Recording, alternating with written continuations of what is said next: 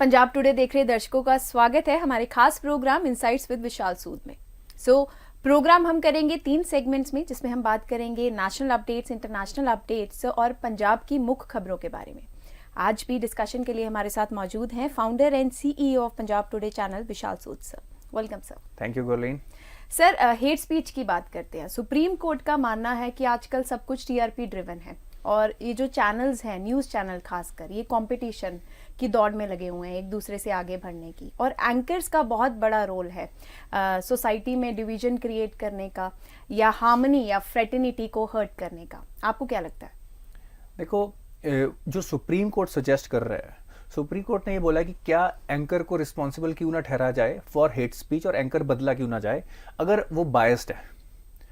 तो मेरे को ये लगता है कि इस तरह की interference on freedom of speech is a very dangerous path.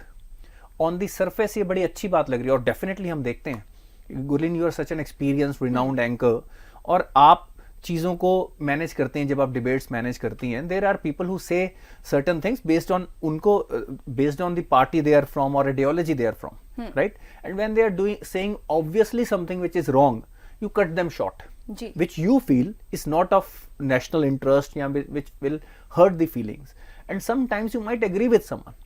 अब दूसरी पार्टी हमेशा ये क्वेश्चन कर सकती है कि Gurleen is not fair just because you have objected to something. So you will have your own opinions, आपके अपने ओपिनियन होंगे।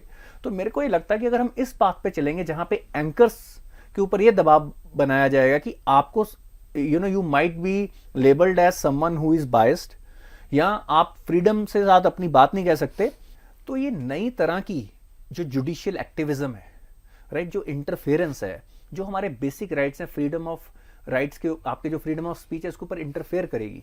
और ये चीजें हम पूरी दुनिया में होती देख रहे हैं। Canada is the prime example. Canada के अंदर उन्होंने सबसे पहले बोला, जिसका जॉर्डन पीटरसन ने बहुत विरोध किया, कि वो कह रहे थे कि आप किस तरह से लोगों को रेफर करोगे ये उनके ऊपर डिपेंड करता। They can demand you to talk to them. अगर मैं एक लड़की है, वो कहती है कि मेरे को हर ना बोलो या मेरे को डॉटर ना बोलो, तो वो आप पे केस कर सकती है। अगर वो कहना चाहते हैं कि आप उसको दे बोलो, तो नए प्रोनाउंस कि आप उनकी। So this is new kind of wokism that is happening, which is basically breaking the fabric of our society, जिसके ऊपर हमने ये मॉडर्न सोसाइटी बिल्ड की है। अब एक कनाडा के एक पर्सन को अपनी बेटी को हर और माई डॉटर बोलने के लिए जेल हो गई।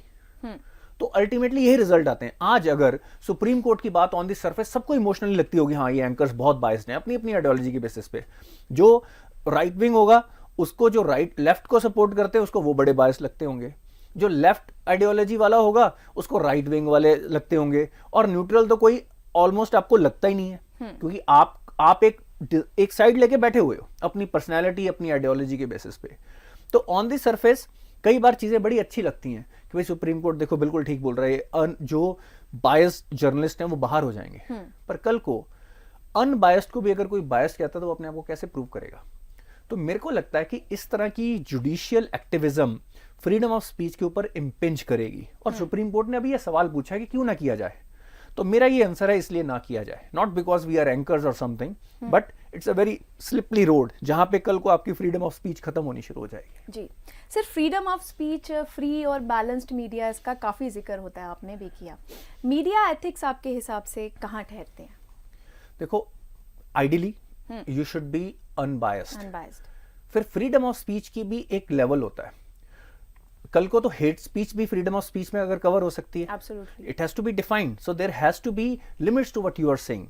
If it results in violence and destruction of public property, then it covers under hate speech.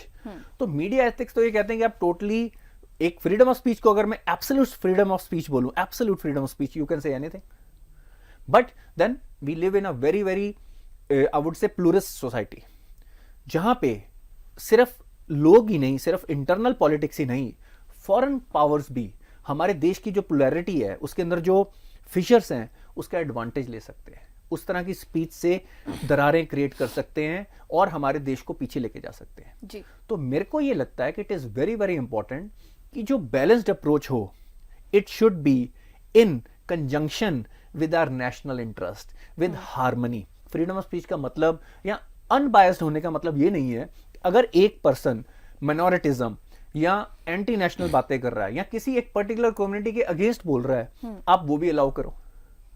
कई बार न्यूट्रल होना, जो बंदा गलत बात कर रहा है या जुल्म कर रहा है उसका साथ देना होता है। एक बंदा जो अन्याय कर रहा है और आप बोलो मैं तो न्यूट्रल हूं, व्हाट डज इट मीन? अगर गवर्नमेंट या लॉ बोले मैं तो न्यूट्रल हूं, it means you are siding by which is person which is powerful, right, who is doing something which is unfair. तो आपको उस बात को टोकना थ्योरेटिकली, तो एक एंकर को जो एक कोई भी डिबेट को बेसिकली मॉडरेट कर रहा है उसको क्या करना चाहिए? आप लोगों को बोलने दो, आप अपना व्यू ही मत रखो, आप बोलो जी बाप बोलिए बाप बोलिए, पर that is not how the real world works. So we have to use our judgement based on the dignity of an individual. हमारा कॉन्स्टिट्यूशन डायरेक्ट हमारे और कॉन्स्टिट्यूशन के बीच हमारा डायरेक्ट रिलेशन बनाता है एक इंडिविजुअल का। वी आर नॉट, कॉन्स्टिट्यूशन ऐसे नहीं होना चाहिए कि एक पर्टिकुलर कम्युनिटी के बीच में मिडल मैन आ जाए। तो that is what I think in today's world हमारी जो जर्नलिज्म होनी चाहिए, जो स्पेशली पॉलिटिकल और सोशल फैब्रिक को जोड़ने वाली जर्नलिज्म है, वो उसके अंदर एक सेंस ऑफ प्रूडेंस होनी चाहिए, एक समझदारी होनी चाहिए कि क्या ये चीजें नेशनल इंटरेस्ट में है। इन अगर मैं थ्योरेटिकली बोलूं, मेरे को बिल्कुल अनवेवरिंग होना है और अनबायस्ड होना है, अनबायस्ड हो but in sync with our national interest, society के इंटरेस्ट, इंडिविजुअल के इंटरेस्ट। और जो लोग हमेशा से एक डिसएडवांटेजेस रहे हैं, सर्टेन जेंडर, सर्टेन कम्युनिटीज, उन सब चीजों को ध्यान में रख के आपको अनबायस्ड होना है। एब्सोल्युटली अनबायस्ड होने का मतलब है कि जो लोग पावर में हैं आप उनके साथ हो। जी sir, as prices start to ease in the US, will it bring wider relief? देखो, एक कहावत है, when US sneezes entire world catches the cold. Great. तो अगर यूएस में इन्फ्लेशन कम होगी, it will help lot of countries. Basically देखो, इससे दो इंपैक्ट आएंगे। जब इन्फ्लेशन ईज होगी तो जो गवर्नमेंट है वो अपने इंटरेस्ट रेट कम करेगी। जब इंटरेस्ट रेट कम करेगी तो जो इन्वेस्टमेंट है और कंट्रीज में भी जाएगी। इन्वेस्टमेंट जाएगी तो वहां पे भी डेवलपमेंट होगी, ग्रोथ होगी, लोगों की इनकम बढ़ेगी। तो ये एक एस्पेक्ट है। अभी काफी देर, कुछ देर पहले, और दूसरा फिर डॉलर का रेट ईज आउट होगा। अभी जब वहां पे उन्होंने इंटरेस्ट रेट बढ़ाई इन्फ्लेशन को कंट्रोल करने के लिए, आज उसके रिजल्ट मिल गए हैं उनको। उससे क्या इंपैक्ट आया? काफी फर्म्स ने अपने पैसे यूएस ट्रेजरी में लगाने शुरू कर दिए।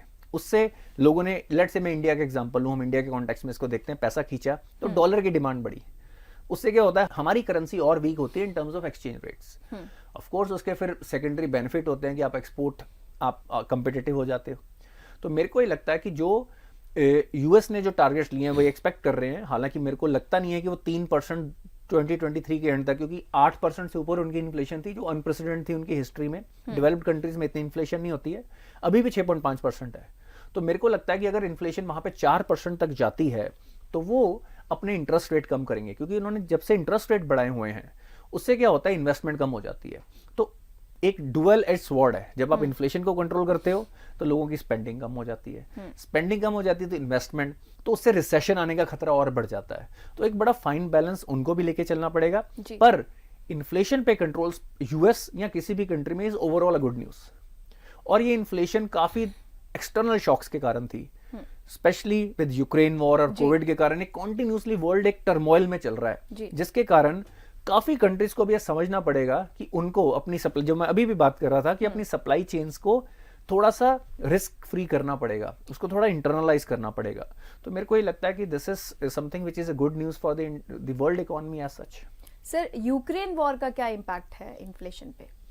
Look, Ukraine war has created basically lot of supply, especially in essential commodities. It was called the grain basket. Ukraine, Russia के वो पार्ट्स आर दी, जो जहां पे इस वक्त कॉन्फ्लिक्ट चल रहा है, they are the grain baskets of the world. उसके कारण गरीब देशों में खाने की महंगाई हुई है।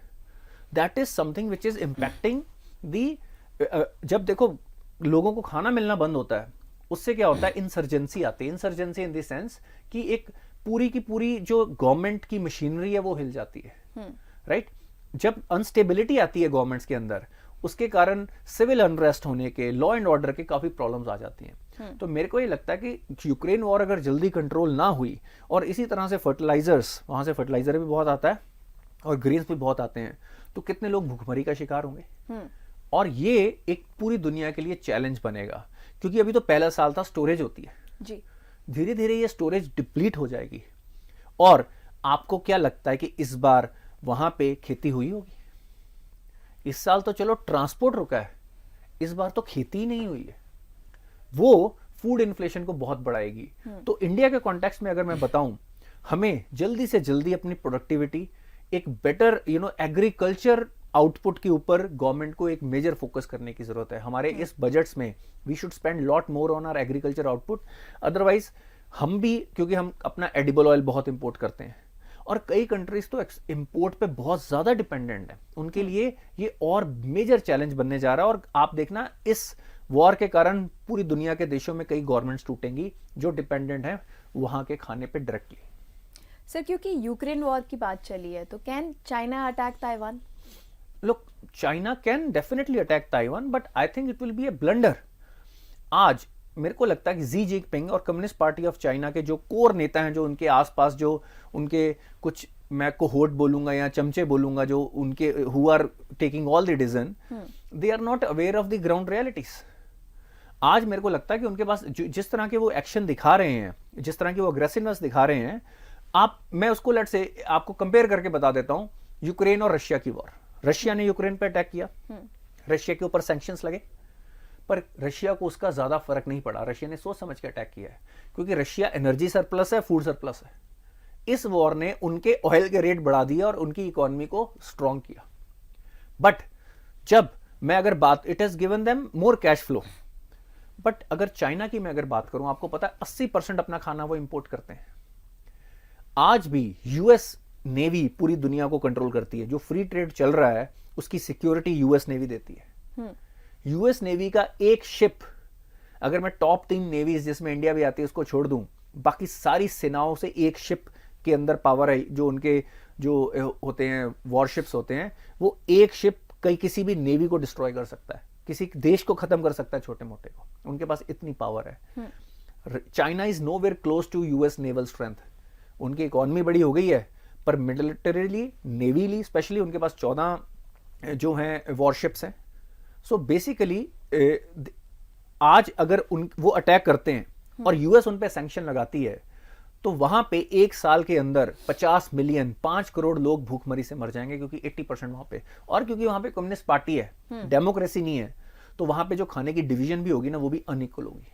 जो कम्युनिस्ट पार्टी के लोग हैं वो अपने तरीके से इसकी डिस्ट्रीब्यूशन करेंगे, अनरेस्ट आएगा। तो मेरे को नहीं लगता है कि China is in the position to take on US in the near future. पर एट द सेम टाइम जो माइंडसेट जी जिनपिंग का है, पूरी दुनिया को अलर्ट होने की जरूरत है। चाइना की इस तरह की मिलिट्री स्ट्रेंथ को अग्रेसिवली ग्रो करने से रोकने की जरूरत है। सर, चाइनीज इमर्जेंस की ही बात हो रही है, तो how India should be prepared for the worst?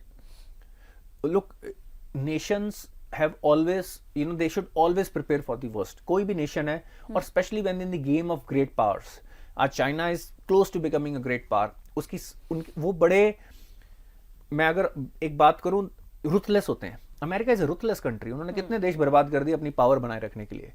और चाइना में तो जी जिनपिंग का बिल्कुल रुथलेस माइंडसेट है। आज कई लोगों को लगता है कि ये नहीं हो सकता, चाइना हम पे अटैक नहीं करेगा, छोटे मोटे स्क्रिमिशेस चलते रहेंगे, but no, that's not the truth. वो जब तक आपको लगता है नहीं होगा, वही चीज हो जाती है। हम किसी ने सोचा था कि यूक्रेन पे अटैक हो जाएगा, पर अटैक हो गया। चाइना, रशिया बोलता रहा, बट एवरीवन सेड कि अटैक कौन करेगा। अब लोग बोल रहे हैं कि वो शायद न्यूक्लियर वेपन, शायद वो भी चल जाए। तो मेरे को ये लगता है कि इंडिया को हर सिचुएशन के लिए प्रिपेयर होना पड़ेगा, specially with the mindset that China has. क्योंकि जब आज वहां पे, मैंने कई बार बोला कि कम्युनिस्ट पार्टी या जी जिनपिंग को सबसे डर चाइनीज लोगों से लगता है। वो उनको, जब वहां पे अनरेस्ट आता है, आज हम पहली बार सुन रहे हैं कई दशकों में कि किसी चाइनीज प्रेसिडेंट के खिलाफ नारे लगे, प्रदर्शन हुआ। It is unprecedented. हमारे देश की तरह नहीं है कि जहां पे कोई भी खड़ा हो जाता है। It is significant. तो आज अगर वो ताइवान पे अटैक नहीं कर सकते, क्योंकि मैंने भी आपको बताया कि यूएस इज टू पावरफुल और उन पे सैंक्शंस लग सकती हैं, तो अगर उन्होंने इंडिया के साथ अग्रेसिवनेस दिखाई, तो India have to prepare. India को अपना एरिया ऑफ इन्फ्लुएंस बढ़ाना पड़ेगा। आज नेशनल सिक्योरिटी सिर्फ बॉर्डर सिक्योरिटी नहीं है, सिर्फ आप बॉर्डर पे, ऑफ कोर्स वो वाले रिस्क हैं, बॉर्डर पे आपके पास मिलिट्री पावर होनी चाहिए, पर आपकी इकोनॉमिक स्ट्रेंथ और टेक्नोलॉजी ये भी डिफाइन करेगी कि आपकी दूसरे के साथ नेगोशिएशन पावर क्या है, आपका इन्फ्लुएंस क्या है। आज through apps, through data leakages, through fake news, Chinese companies can or Chinese Communist Party can attack India. वो इंडिया के अंदर डिसरप्शन, फॉक्सट्रॉन की फैक्ट्री के अंदर हड़ताल हुई थी, उसके पीछे चाइनीज हाथ था, क्योंकि चाइना नहीं चाहता कि इंडिया प्रोग्रेस करे और लोग यहाँ पे फैक्ट्रियाँ लगाएं। जब कहीं पे लेबर प्रॉब्लम होगी, लाइक जब लोकल नेताओं को बहला फुसला के लालच देके चाइना वहाँ पे एजिटेशंस करवाएगा, तो इंडिया के अंदर इन्वेस्टमेंट स्लो हो जाएगी, उसका इंडिया की लॉन्ग टर्म ग्रोथ पे बहुत इंपैक्ट आएगा। तो मेरे को लगता है कि आज इंडिया को सिक्योरिटी को बिल्कुल नए पर्सपेक्टिव से देखने की जरूरत है।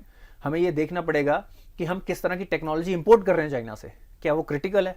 आज अगर आपकी सारी, आप इमेजिन करो बिजली के बिना आज देश चल सकता है, अगर आपकी सारी पावर ट्रांसमिशन के अंदर चाइनीज इक्विपमेंट लगा है, उन सारे रूटर्स को, नेटवर्क्स को अगर चाइना बैकडोर से कंट्रोल कर रहा हो, हमें वो क्लैरिटी नहीं है, सारे देशों ने उसको बैन करना शुरू कर दिया है। तो मेरे को ये लगता है इंडिया की जितनी भी क्रिटिकल डिस्कशन होती हैं, China is trying to listen into it, और कई बार वो सक्सेसफुल भी होते हैं। तो मेरे को ये लगता है कि इंडिया को अपने सिक्योरिटी अपरेटस को, और जिस तरह से मैं इसको डिफाइन कर रहा हूं, not just border infrastructure but at border machinery, Wars and other ammunition, but बाकी सिस्टम्स को भी चाइना से आइसोलेट करने की जरूरत है, ताकि चाइना से उसको प्रोटेक्ट करने की जरूरत है कि चाइना का एक्सेस डायरेक्टली इनडायरेक्टली वहां तक ना पहुंचे। हमारे बच्चे क्या ऐप देख रहे हैं, उनके पास क्या न्यूज जा रही है। जैसे टिकटॉक को बैन गवर्नमेंट का एक बहुत ही मेजर और बढ़िया डिसीजन था जी। आज अगर मैं आगे भी एक बार ये बात बोल रही थी, टिकटॉक जब एक बच्चा चाइना में देखता है तो उसको दिखता है कि nation building, communist party of China, how to become a black belt, how to become productive use.